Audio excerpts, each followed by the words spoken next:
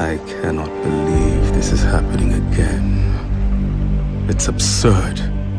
I just can't.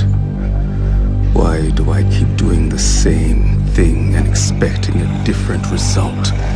Isn't that the definition of insanity? Am I mad?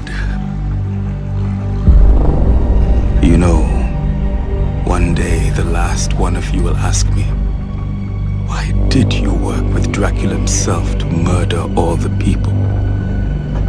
And you know what I'll say? It's because you're all so fucking rude. Different time, different place, same problem. Am I wrong? Yeah, that's our Aaron. Can't hold his own for shit, but always looking for a fight. 5 guys want to take him on, he wouldn't think twice about jumping into the fray like an idiot. But you know, I may not have ever had the privilege of seeing Aaron win, but I never saw the little son of a bitch back down either.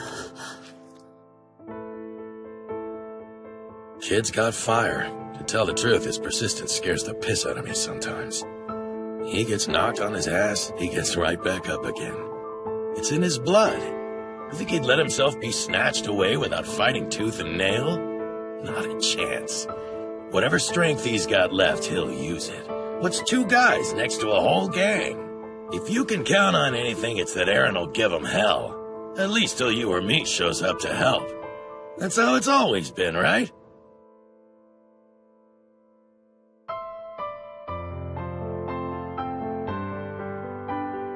Yes, sir.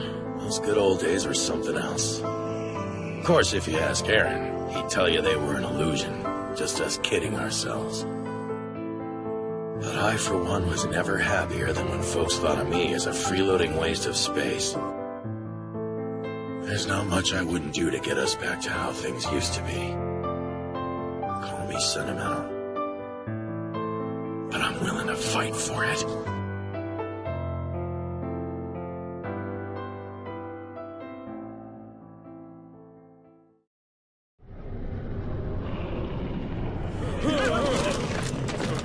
To take from another is tantamount to evil. From the moment we are born, we practice this art, perfecting the sin we've inherited.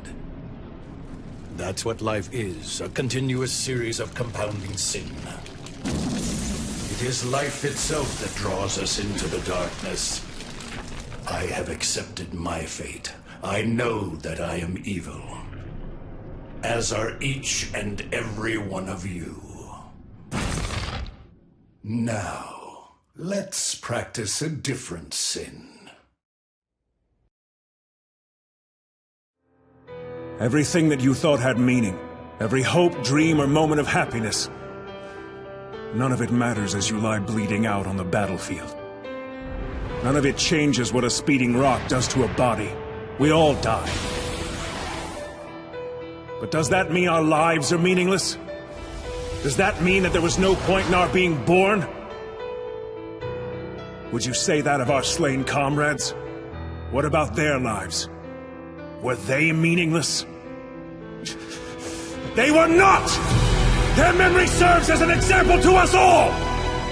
The courageous fallen, the anguished fallen, their lives have meaning because we, the living, refuse to forget them!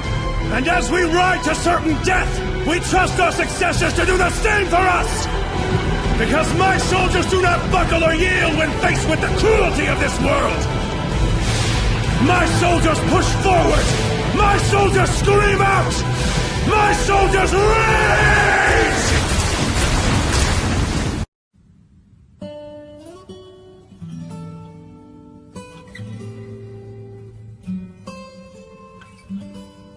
A long time ago, Nanali Suzaku and I talked about something.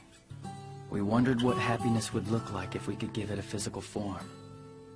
If I'm not mistaken, I think it was Suzaku who said that the shape of happiness might resemble glass. His reasoning made sense. He said that even though you don't usually notice it, it's still definitely there. You merely have to change your point of view slightly, and then that glass will sparkle when it reflects the light. I doubt that anything else could argue its own existence more eloquently.